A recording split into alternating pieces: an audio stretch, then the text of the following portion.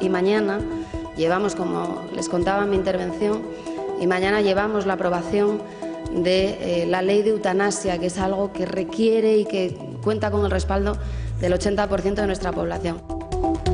Buenas noches. Vuelve el socialismo más rancio. Dos retos que dentro del gobierno se marcan como prioritarios: la ley de la eutanasia y tipificar como delito la apología del franquismo. La primera de esas intenciones llega mañana mismo al Congreso de los Diputados. Se trataría también de la primera norma que va a debatir la Cámara Baja en esta legislatura. El texto registrado por el PSOE recoge que, además de despenalizarla, esta práctica se incluirá en el Sistema Nacional de Salud y será de financiación pública. Todos los partidos que respaldaron la investidura de Pedro Sánchez se mantienen con una postura favorable y podrían sumarse los 10 diputados de Ciudadanos. Así pretende solucionar el gobierno el problema del sistema de las pensiones, legalizando la eutanasia.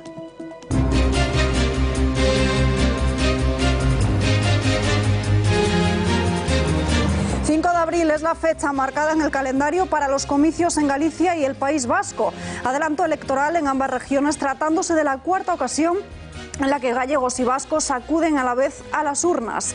Ambas comunidades, que tenían previsto celebrar elecciones este año, se va a añadir Cataluña. Quim Torra ha anunciado que convocará elecciones una vez se aprueben los presupuestos. El clima electoral se ha instalado en Euskadi. Hemos comprobado que la dinámica iniciada en el Parlamento Vasco va a hacer muy difícil avanzar en la aprobación de los proyectos o proposiciones de ley que se encuentran en tramitación. Entre la sorpresa y el escándalo, el expresidente Zapatero ha viajado hasta Venezuela. Llegó a Caracas el pasado viernes y allí ha mantenido un encuentro con el dictador Nicolás Maduro y con su número 2, con Delcy Rodríguez. Desde el Ejecutivo evitan realizar valoraciones de este viaje, del que poco o nada ha trascendido. El Gobierno no piensa devolver la deuda del IVA del año 2017 a las comunidades autónomas. A cambio, el viernes se propuso rebajar el déficit para las regiones, algo que no convence a muchos, como por ejemplo a Javier Lambán. En Aragón ya tienen preparado el recurso judicial que presentarán en cuanto se agote el plazo de gracia dado al Gobierno. Más ni menos que defender los intereses de los aragoneses y los intereses de Aragón, y por tanto nuestros servicios jurídicos, nuestros servicios económicos están trabajando claramente en la reclamación al Gobierno de España de ese importe. Vuelco en el caso de Marta del Castillo 11 años después de su muerte. La joven pudo haber perdido la vida como consecuencia de una discusión entre los hermanos Miguel Carcaño y Francisco Javier Delgado, originada por una estafa bancaria de 108.000 euros. Una hipótesis que coincide con una de las versiones dadas por Carcaño. Yo siempre me he creído la última versión de Miguel. Ahora había que demostrar y claro, no, ¿verdad? Una persona en una pelea no con un cenicero golpea ahí de buena primera. Había algo raro, pero no se llegó a investigar todo. En Valencia, una pareja ha sido detenida por haber arrojado a su bebé recién nacido al río. El cadáver ha sido localizado en la noche de este domingo después de que los padres confesasen su paradero tras haber dado varias versiones anteriormente, hasta 3 diferentes. La pareja pasará a disposición judicial en las próximas horas. Para conseguir la aprobación de un préstamo para financiar el plan de control territorial. Este habría sido el motivo por el que el presidente de El Salvador se plantó con militares en la Asamblea Legislativa del país. Una ocupación que duró varias horas y que no ha conseguido sacar adelante el aval de ese préstamo.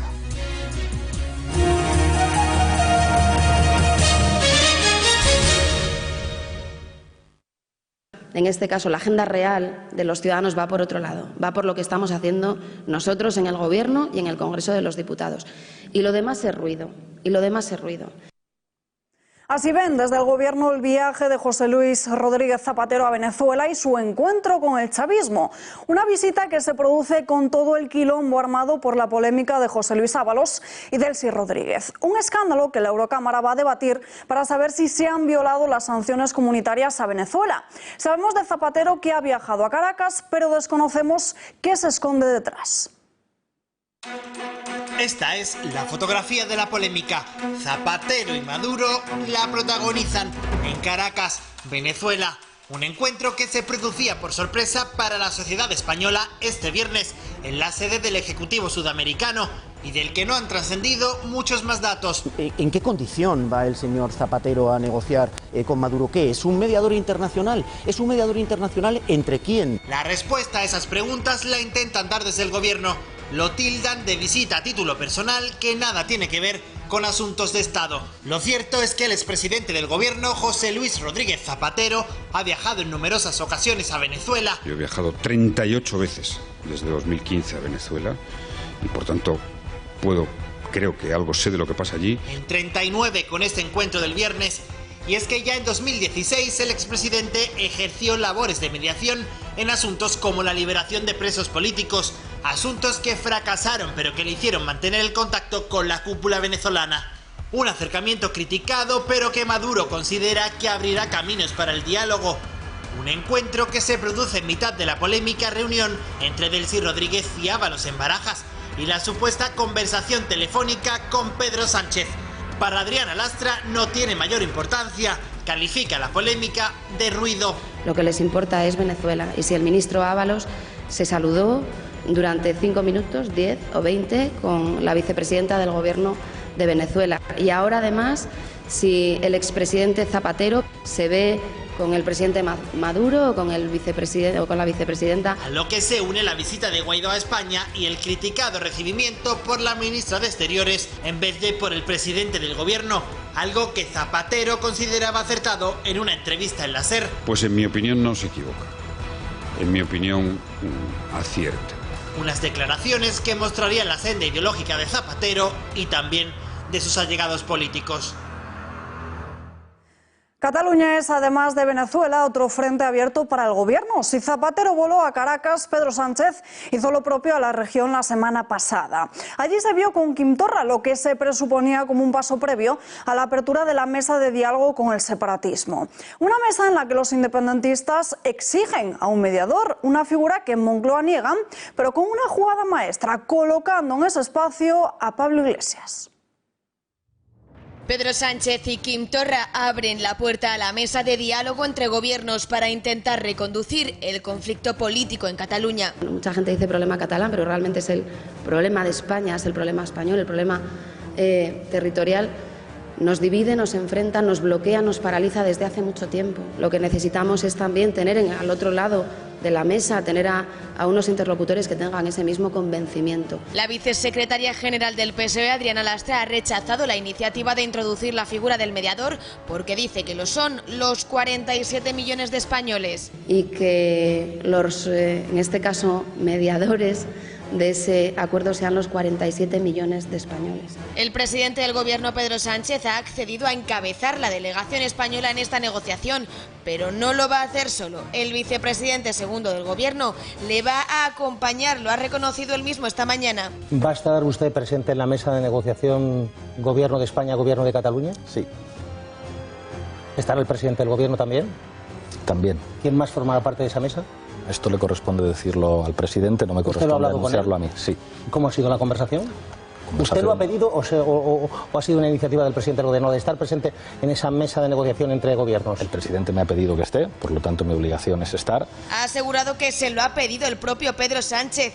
Mientras tanto, los independentistas siguen polemizando con la figura del mediador.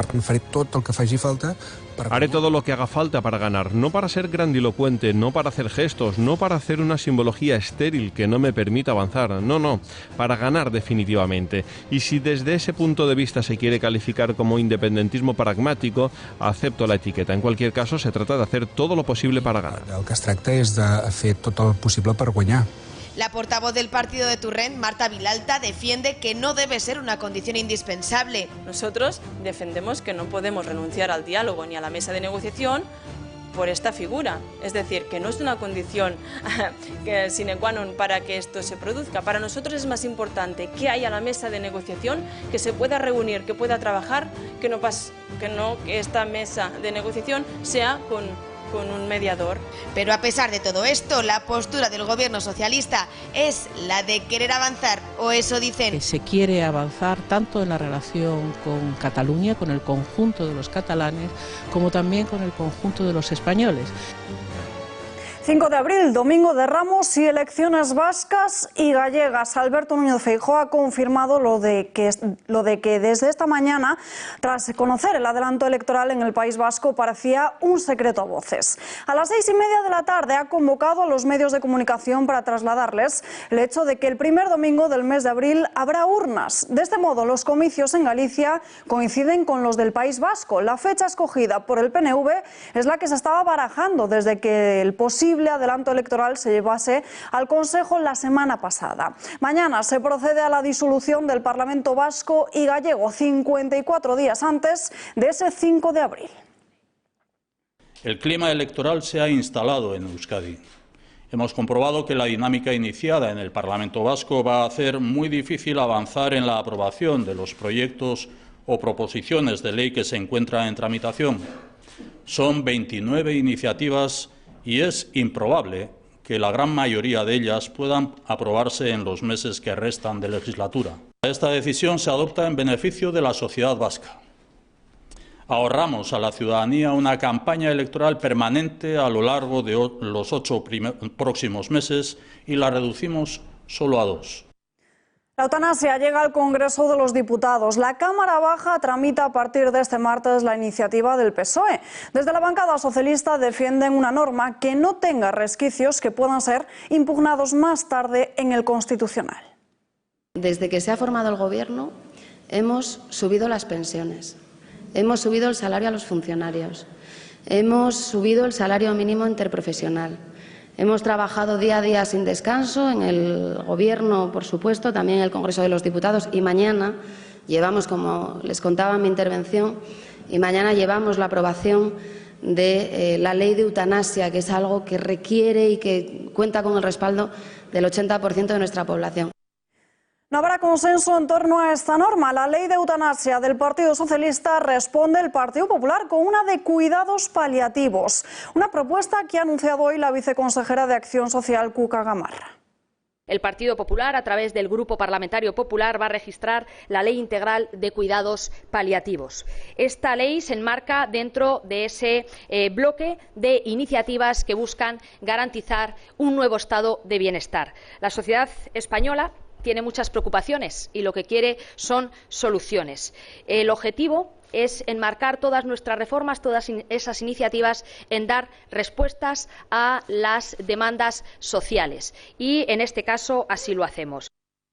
Seguimos hablando de más intenciones del Gobierno socialista en cuanto a leyes se refieren. Esa anunciada reforma del Código Penal no solo se prevé rebajar los delitos de sedición o de rebelión, también se pretende incluir el delito de apología del franquismo, una promesa que ya figuraba en el programa electoral de Pedro Sánchez y a la que ahora la número 2 del partido, Adriana Lastra, ha fijado como una de las prioridades del Ejecutivo. Exhumaremos a las víctimas del franquismo que aún yacen en las fosas comunes. Retiraremos la simbología franquista que aún queda en los lugares públicos y reformaremos el Código Penal para que la apología y la exaltación del franquismo sean al fin un delito. En democracia no se homenajea ni a dictadores ni a tiranos.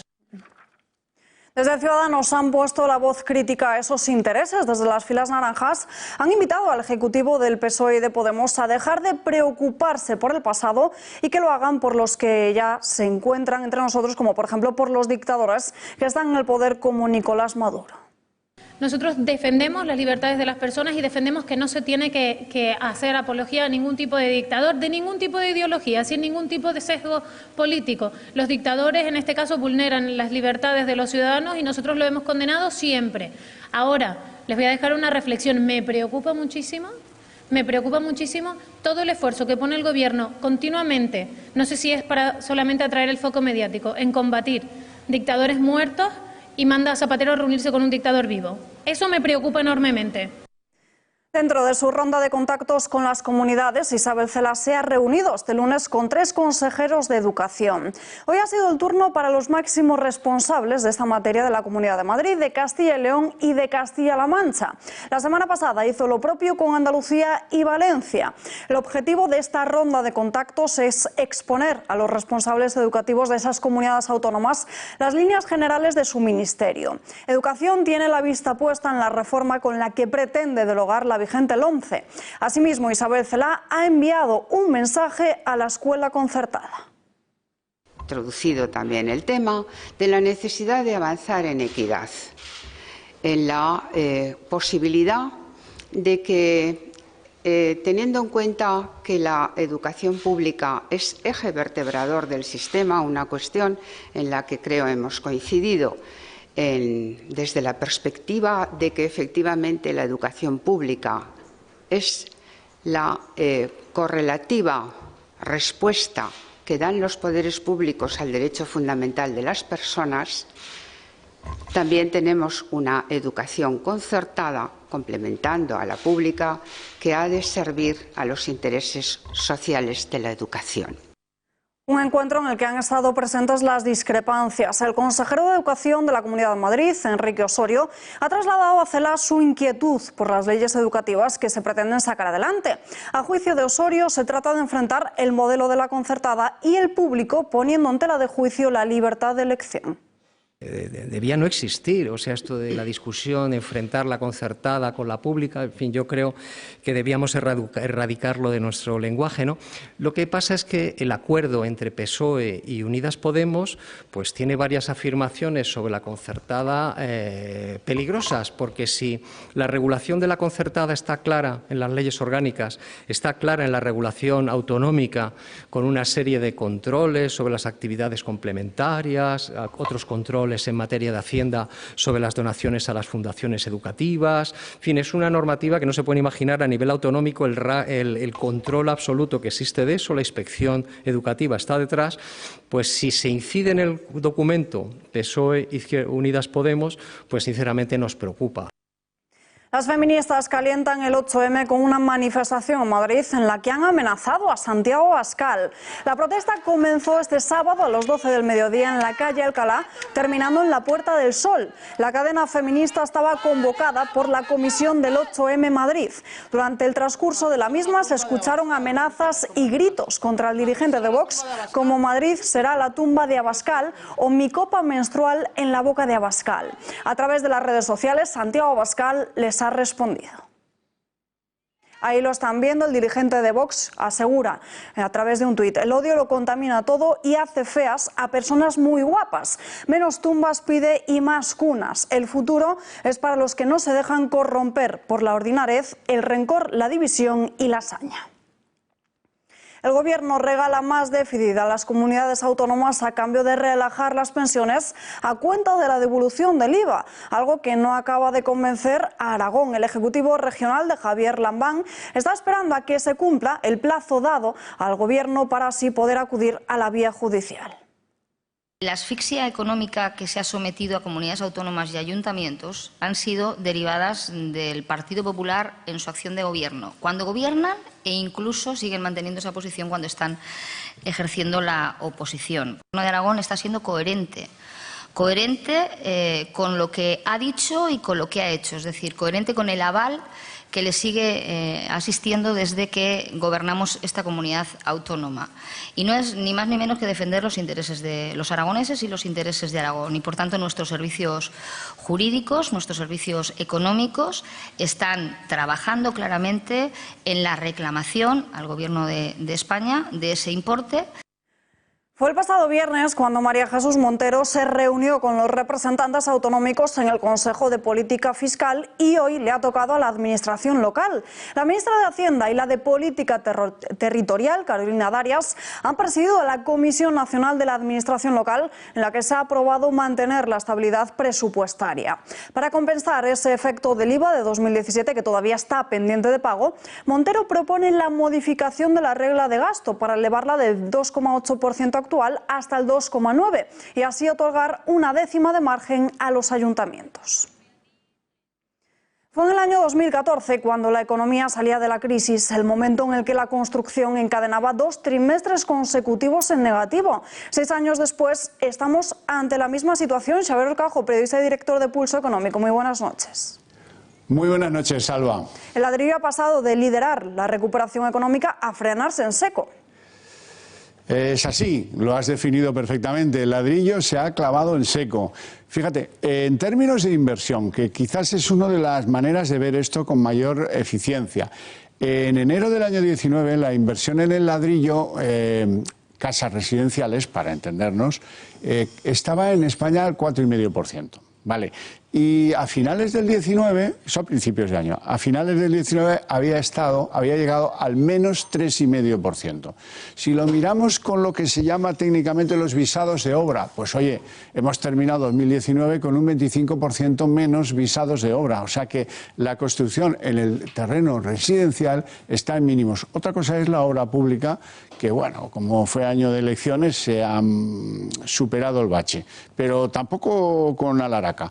Al final resulta que en términos de aportación al Producto Interior Bruto, aquí lo veis, trimestre a trimestre durante el año 18 esto fue creciendo hasta aquí y luego lentamente fue decreciendo hasta el final del año, los 2 últimos trimestres del 19, que han sido brutales hasta llegar al menos 0,7% de aportación al Producto Interior Bruto. O sea que la construcción está en recesión. Está en recesión porque ya acumula pues 2 trimestres de una aportación al Producto Interior Bruto que no es positiva. Y en términos de empleo, que esa es una balanza muy interesante porque va con un cierto retardo. O sea, lo que ahora es una caída de la aportación al Producto Interior Bruto, pues en unos meses va a ser una caída importante en el terreno del empleo. Todavía no se aprecia mucho. Terminamos el año en 1.174.000 personas y bueno, pues hay una ligera pérdida de un 0,4% de empleo, pero todavía no se aprecia muy bien. Es muy probable que en los próximos 2 trimestres se produzca la caída que antes han visto en aportación al Producto Interior Bruto, se produzca aquí, generando desempleo también en el sector de la construcción, que es cuando la construcción no aporta empleo, la economía española tiene dificultades.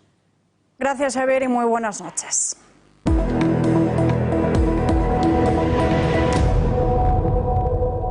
Arrojaron al río Carrión, en Palencia, a su bebé recién nacido. Esta pareja, ella de 23 y él de 29, ya ha sido detenida tras haber confesado los hechos después de haber dado varias versiones de lo sucedido. Sobre las 10 de la noche de este domingo, los servicios sanitarios informaron a comisaría de que estaban atendiendo a una mujer que aseguraba haber dado a luz, pero que desconocía el paradero de su bebé. La policía se desplazó al centro de salud, donde la joven manifestó que había dado a luz la noche anterior y que se había desprendido del recién nacido, arrojándola a un contenedor en el polígono industrial de Valencia. Tras más de 2 horas de búsqueda, con la inspección de más de 40 contenedores, seguía sin aparecer el cuerpo del bebé. Tras esto aseguraron que lo habían enterrado junto al refugio, en el Monte del Viejo, pero la búsqueda no dio frutos y finalmente confesaron que arrojaron al bebé al río, en un paraje muy cercano a Usillos. La policía encontró el cadáver en el fondo del río. Una estafa de más de 100.000 euros podría estar detrás del crimen de Marta del Castillo. Los motivos económicos serían el motivo de una discusión entre Miguel Carcaño y su hermano, que acabaron con la vida de la joven. Estas nuevas investigaciones, Patricia Tenorio, concordarían con la 7ª de las versiones que realizó Carcaño. Sí, Alba, pues parece que algo de verdad hay en la última versión de Miguel Carcaño en 2013, cuando fue condenado por asesinato. Así lo ha asegurado el periodista Nacho Abad en un artículo publicado en El Confidencial, en el que explica que esta conclusión es fruto de años de investigación y que ha tenido que hacerla pública antes de lo que él hubiera querido, ya que otro periodista quería publicarlo como una exclusiva. Vamos a remontarnos a la discusión de Miguel Carcaño y su hermano Francisco Javier la noche del 24 de enero de 2009, a ese posible motivo que ahora coge más fuerza. ¿Cuál fue? Según Nacho Abad y la familia de Marta, Miguel se retrasó en el pago de la hipoteca porque se gastó todo el dinero que tenía en su cuenta en una moto y también en una una consola, una cámara de fotos y un home cinema a través del banco pensando que era un regalo. Y el enfado del hermano de Francisco Javier no vino por ese retraso en el pago, sino que para obtener ese dinero habían falsificado algunos documentos como nóminas y la vida laboral, lo que destaparía entonces toda la estafa si no se efectuaba el pago hipotecario a tiempo. Esto provocó que Miguel recibiese varios golpes por parte de su hermano y Marta, que se encontraba en una habitación, salió al auxilio de Miguel, lo que originó que Francisco Javier metiese a Marta en la habitación y le propinase varios golpes, acabando así con su vida. Hoy Antonio del Castillo, su padre, ha valorado estas importantes novedades en el caso de la desaparición de su hija. Nosotros no queríamos que hubiera salido esto a la luz hasta que el juez no decidiera la investigación o el secreto de sumario, pero las cosas son como son. Ha salido hoy, queríamos haberlo retrasado lo más posible y eso lo dirá el juez. Tenemos la pelea, por los motivos por que fueron, el posible descubrimiento de un fraude y falsificación de documentos y ahora que el juez decida si continúa o no continúa. Antonio del Castillo también ha querido recalcar que él siempre ha confiado en la última versión de Miguel Carcaño, en el que acusa directamente a su hermano Francisco Javier como la persona que mató a Marta del Castillo. Yo siempre me he creído la última versión de Miguel. Ahora había que demostrar y claro, no, ¿verdad? Una persona en una pelea no con un cenicero golpea ahí de buena primera. Había algo raro, pero no se llegó a investigar todo. Y yo creo que ahí está la causa y los motivos.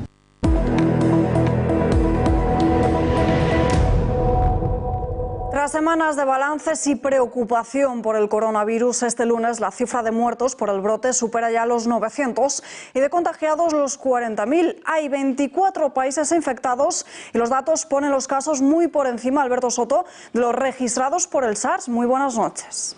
Sí, superan ya esos casos. El dato que manejamos actualmente es de 908 muertos. Solo en el día de ayer, domingo, en China murieron cerca de 97 personas y los contagios siguen aumentando, una circunstancia que ha llevado a un grupo de expertos de la Organización Mundial de la Salud a trasladarse hasta el epicentro de esta epidemia del coronavirus, a la ciudad de Wuhan. Quieren analizarlo in situ. El dato alentador, más de 3.000 personas ya se han recuperado de esta epidemia y dice el gobierno chino que siguen avanzando en esos trabajos para conseguir una vacuna. Lo que sí es cierto que 40.000 personas en China están contagiados y el virus ya se ha expandido por 26 países. Hay 11 casos en Francia y 4 en Reino Unido. Esto ha llevado al gobierno a declarar una especie de emergencia nacional por el coronavirus. En nuestro país, en España, los 21 aislados que permanecen en el Hospital Gómez Ulla de aquí de Madrid afrontan esta última etapa con optimismo.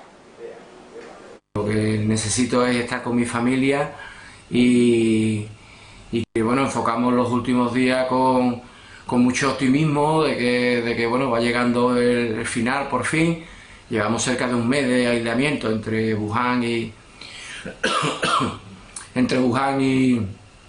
ahora aquí en Madrid y bueno, no sin querer pensar en el día que llegue, pero bueno, todos sabemos que está próximo. Y hemos conocido ya un segundo caso aquí en España, un ciudadano británico que se contagió en los Alpes y también el coronavirus ha dejado cierta incertidumbre en cuanto al Mobile World Congress, la feria de telefonía más importante del mundo que se celebrará en apenas 2 semanas en Barcelona y que ya está dejando bajas. Son 8 empresas las que ya han cancelado su existencia. Gracias, Alberto, y muy buenas noches. La sucesora de Angela Merkel renuncia a su candidatura a la Cancillería. Así lo ha comunicado en una reunión de la cúpula del partido, anunciando su intención de abandonar la presidencia de la formación. Eso sí, quiere mantener la cartera de defensa si tiene el apoyo de su grupo. La presidenta de la Unión Cristiano-Demócrata no participará en la carrera para suceder a Angela Merkel como canciller de Alemania, según han informado fuentes de la formación conservadora.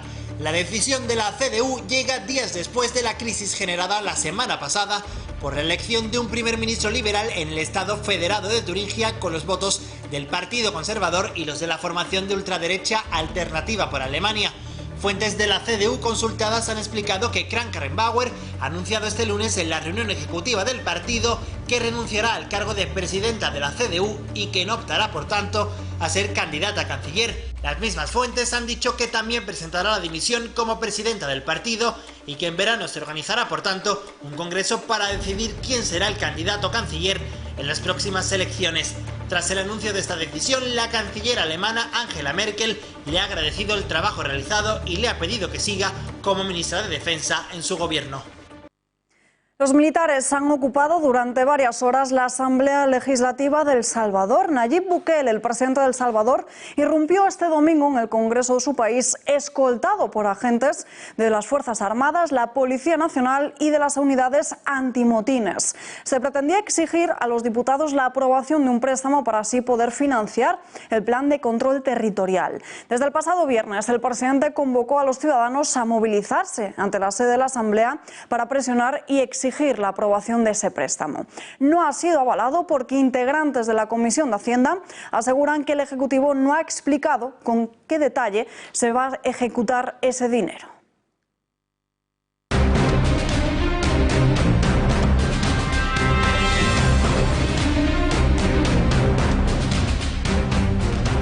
Abrimos ya nuestra habitual sección de Mundo en Guerra con el militar en excedencia, analista en seguridad y defensa, Bruno Navarro. Bruno, muy buenas noches. Buenas noches. El ejército sirio ha liberado un área de 600 kilómetros cuadrados entre Idlib y Alepo.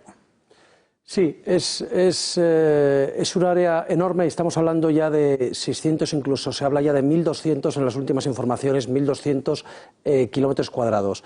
Estamos hablando de la última gran bolsa yihadista que está en manos de los terroristas yihadistas, y hay que tener en cuenta que el objetivo de esta ofensiva siria, que está siendo muy veloz hasta que han entrado los turcos a intentar pararla, es acabar con ella. Es la última gran bolsa. Hemos visto durante los últimos años cómo el ejército sirio iba limpiando una por una las bolsas de yihadistas, primero del Estado Islámico y después de otros tipos de yihadistas. Y cuando hay yihadistas, lo digo porque en las informaciones, generalmente en muchos medios de comunicación se habla de los rebeldes, ¿no? Se habla de una bolsa de rebeldes. Bueno, los rebeldes, estamos hablando de 4 fuerzas militares que ocupan esa bolsa. El primero, el más importante, es el HTS, que es la franquicia de Al-Qaeda en Siria, nada más ni nada menos. La otra es el AAK, que son un grupo de yihadistas provenientes del Cáucaso.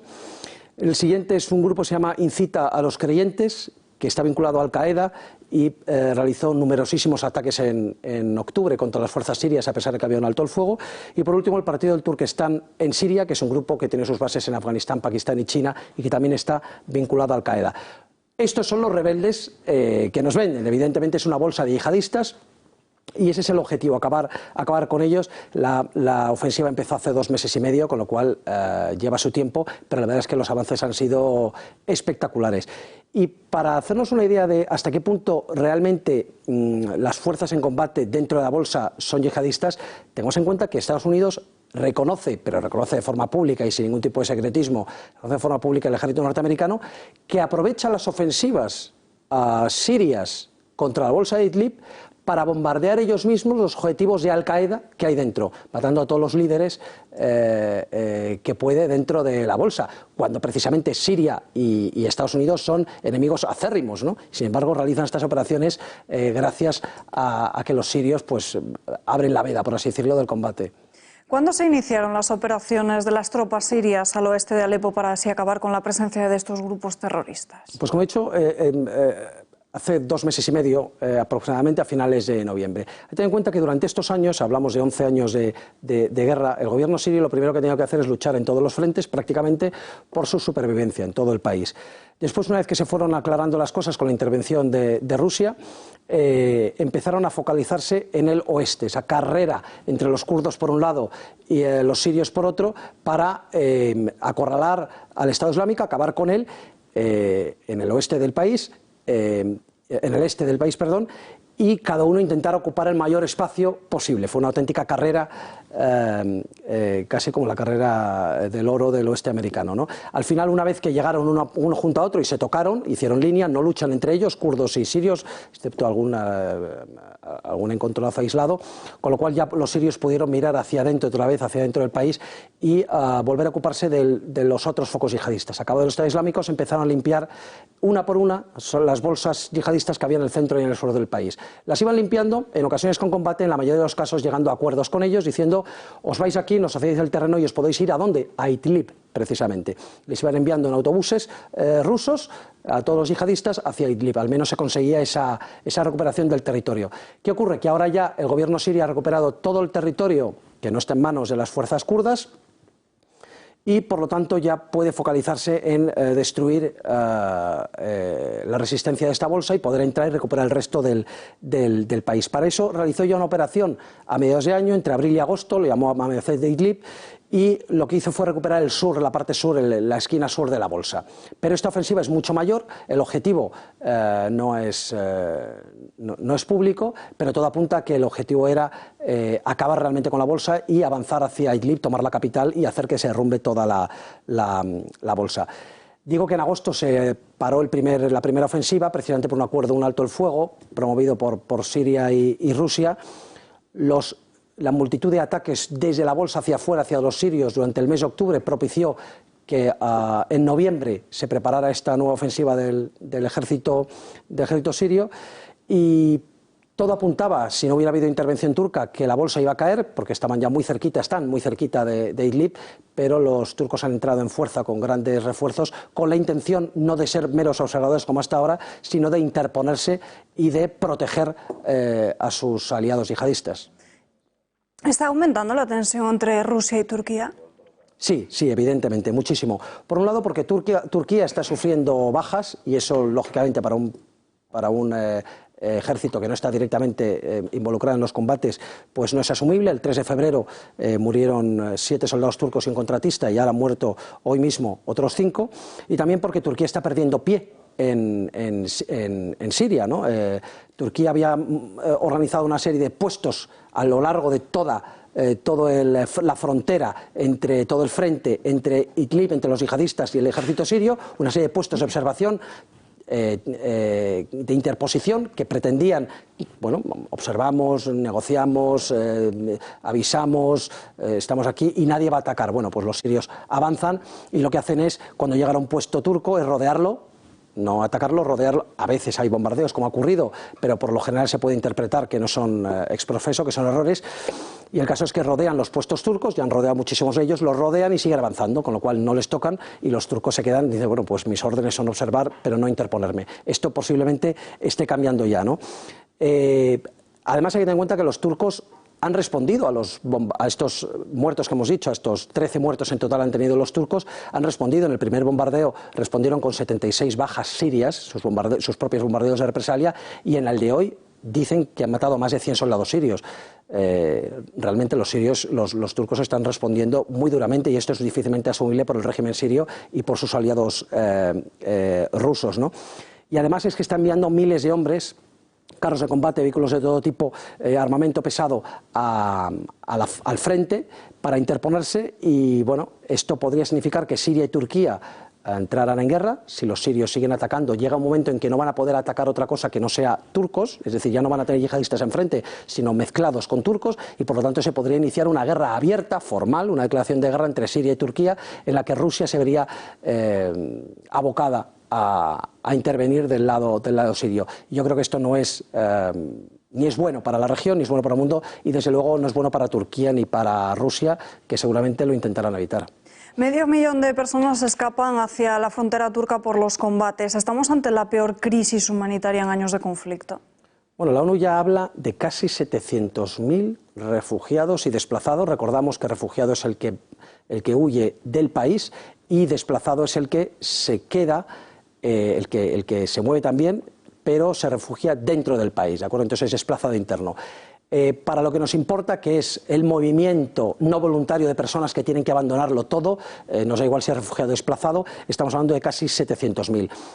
Y siendo grave, hay que tener en cuenta que desde el inicio de la guerra, en 2011, se han producido ya casi 13 millones de desplazados y refugiados, con lo cual yo no diría que esta sea en absoluto la mayor crisis humanitaria de esta guerra. Creo que es normal en el momento de una ofensiva importante como es esta. Creo que además se ha cebado poco contra los civiles. Hay aproximadamente, se calcula ya, unos 350 muertes de civiles, que son todas ellas lamentables, al igual que las de los militares, los civiles lógicamente más, pero son 350 civiles que en 2 meses y medio de una ofensiva tan grande como esta, creo que no se puede hablar de algo tremendamente deshumanizado. Por parte, hablando ya de bajas, los sirios han perdido 1000 hombres, entre ellos 8 rusos. No hay que olvidar que no solamente los turcos están teniendo bajas, 8 soldados rusos han muerto en esta ofensiva, y por el lado de los yihadistas también otro millar de efectivos de terroristas han muerto. O sea que está bastante igualada en ese caso. Lo único que quien está venciendo lógicamente la ofensiva son los sirios, que están avanzando mucho. Yo creo que cuanto antes el gobierno sirio recupere toda la bolsa de Idlib, antes llegará la paz, antes llegará el orden, y antes esos refugiados y desplazados podrán volver a sus hogares, que es el objetivo al final, que vuelvan de donde se han tenido que ir. ¿Se va a retomar el control de estas ciudades que están en manos yihadistas? Bueno, eso estaba claro hasta hace unos días. Estaba claro porque el avance parecía imparable y estaban en los suburbios de Idlib. El problema es que los refuerzos turcos, que estamos hablando de miles de hombres, de cañones, de vehículos acorazados, de carros de combate, se están disponiendo a interponerse realmente. Y parece que Turquía se vuelca personalmente en la supervivencia de lo que queda de la bolsa de Idlib y de los grupos yihadistas que cooperan con Turquía y con los que Turquía coopera. Luego, yo querría decir que sí se va a recuperar. El problema es que no sabemos cuándo, porque si Turquía se mete como se está metiendo y las negociaciones no terminan en que Turquía se aparte, y Turquía no se aparta, no van a poder los sirios recuperar su territorio. Hemos conocido que el ejército estadounidense ha comenzado a instalar bases militares. Bueno, las bases militares en Siria llevan ya bastante tiempo. Hay que tener en cuenta que el otro gran contendiente de la guerra, aparte del gobierno sirio, gobierno legítimo, son las fuerzas kurdas, o lideradas por los kurdos, que tienen una parte muy grande del país tomada y que están apoyados, en su caso, por los aliados occidentales, principalmente por Estados Unidos. Entonces, Estados Unidos ha tenido hombres en el terreno estos últimos años, aparte de realizar bombardeos, lógicamente, pero en el terreno ha tenido hombres, ha tenido bases. Lo único que ocurre es que algunas de estas bases estaban en el norte de Turquía, en el norte de Siria, cerca de la frontera con Turquía, y de forma, como ya dijimos en esta casa, bastante traicionera, en octubre del año pasado, con la gran ofensiva turca en el norte de Siria, contra los kurdos, los norteamericanos 24 horas antes abandonaron el norte de Siria para que la invasión turca, que a ellos sí les había sido avisada y habían dado su visto bueno, pues se pudiera realizar. ¿Y dónde se han recolocado a partir de octubre? Pues se han recolocado, las fuerzas norteamericanas se han recolocado en los campos petrolíferos ocupados por los kurdos. Todo hay que decirlo con el visto bueno de los kurdos. ¿Y por qué? Porque el Estado Islámico no está muy lejos de haber sido derrotado, sí como protoestado, como Estado, por así decirlo, islámico, pero no como grupo terrorista. Y los campos petrolíferos son fundamentales para la economía de cualquiera y para estas economías que están sufriendo la guerra mucho más. Así que los kurdos ven con buenos ojos, a pesar de las repetidas tradiciones de los norteamericanos, no dejan de darles un cierto apoyo y, por lo tanto, no les quieren expulsar, y menos aún expulsar de esos campos petrolíferos que les protegen. Sí que es cierto que está produciéndose muchísimos problemas entre norteamericanos y rusos en esa zona kurda, puesto que los rusos también son bienvenidos por parte de los kurdos y de las fuerzas sirias que están cooperando allí, con lo cual hay un ten con ten en el que los norteamericanos bloquean, por ejemplo, a los rusos. Estos días estaban bloqueando el acceso a los pozos petrolíferos que ellos dominan, y los rusos bloquean los pozos que ellos controlan. Luego un poco de vuelta a la Guerra Fría en territorio sirio. Está previsto que Moscú y Ankara se reúnan durante esta semana para rebajar toda esta escalada de tensiones. ¿Habrá avances o seguiremos sin ver la luz al final del túnel? Bueno, pues la primera reunión fue ayer y no fue nada bien. Después de 3 horas no llegaron a ningún acuerdo. Y la segunda reunión está siendo hoy. Y las últimas informaciones es que tampoco está llegando a haber acuerdos. Veremos cómo termina. Sí que de todas formas se están emplazando para seguir en estas semanas las conversaciones para llegar a un acuerdo, y yo creo que sí que van a llegar al final a un acuerdo, es decir, Turquía y Siria no van a enzarzarse en una guerra abierta entre ellos.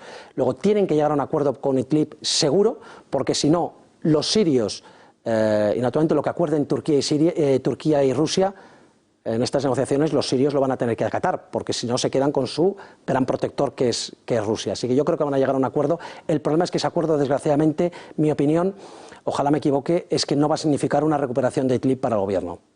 Pues Bruno Navarro, estaremos muy pendientes. Gracias por estar aquí con nosotros. Muy buenas noches. Buenas noches. El Pozo 1954 desarrolla una intensa campaña en las redes sociales con Antonio Resines, mostrando los hitos más importantes de ese año. Películas, libros, discos que nacieron en esa misma fecha que la compañía de alimentación y el popular actor, como el estreno de La Ventana Indiscreta o la grabación del primer disco de Elvis Presley. Siguiendo esta dinámica, la empresa ha puesto en marcha varios concursos preguntando sobre hechos que acontecieron en 1954 y cuyos ganadores van a recibir lotes de esta gama de alimentos.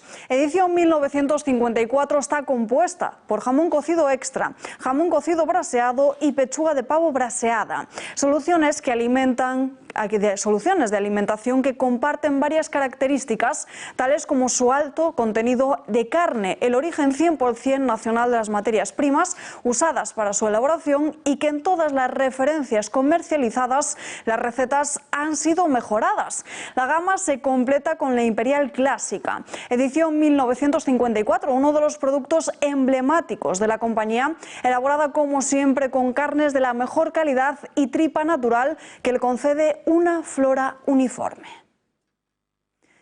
La Plaza de San Marcos de Venecia de Canaletto recupera su brillo. La obra ha vuelto a la sala 17 del Museo Thyssen, en la que se expone habitualmente después de haber sido restaurada. Durante algo más de un año se ha llevado a cabo este proceso, ya que debido al paso del tiempo se había ensombrecido la grandiosa vista que Canaletto pintó en 1723 de la Plaza San Marcos. Tenía una imagen oscura y sucia debido a varias capas de barniz oxidado que ocultaba los colores originales de la pintura. Se ha conseguido restaurar gracias a una campaña de micromecenazgo, en la que se han recaudado los 35.000 euros necesarios para el estudio técnico. Se trata de una obra de juventud del pintor veneciano, considerado el máximo exponente de los vetulistas italianos del siglo XVIII. Por primera vez en la historia se van a explorar las regiones polares del Sol invisibles desde la Tierra. En la madrugada de este lunes se ha lanzado desde Cabo Cañaveral, situado en Florida, la nave solar Orbiter, que va a orbitar al Sol a una distancia sin precedentes para poder estudiar su campo magnético, su interior y su influencia en el medio interplanetario, y que va a poder observar por primera vez los polos solares. Esta operación está desarrollada por la Agencia Estatal Europea con la participación de la NASA. La participación de nuestro país en esta misión es destacada, ya que es la primera vez que los equipos españoles van a estar a la cabeza de dos instrumentos de esta misión espacial. La tormenta Kiara llega a Europa provocando inundaciones, cortes de energía y cancelaciones de vuelo. Proveniente del Océano Atlántico, está afectando a Francia, Reino Unido, Países Bajos y Alemania. De momento, en España solo está preocupando en la costa gallega y todo el litoral asturiano y cántabro. Durante la jornada de mañana martes se van a registrar en estos puntos olas de entre 5 y 10 metros. Alerta naranja con vientos que superan los 107 kilómetros por hora y olas de más de 5 metros, como decíamos, en las provincias de Lugo y A Coruña. En estas dos ciudades gallegas durante los próximos días va a haber ligeras precipitaciones. Son los coletazos de Kiara que provocan que en el resto de la península se estén registrando un aumento de las temperaturas. No hay tiempo para más, nos despedimos ya, pero los dejamos como siempre con Tiempos Modernos y después El Gato al Agua. Gracias por acompañarnos y muy buenas noches.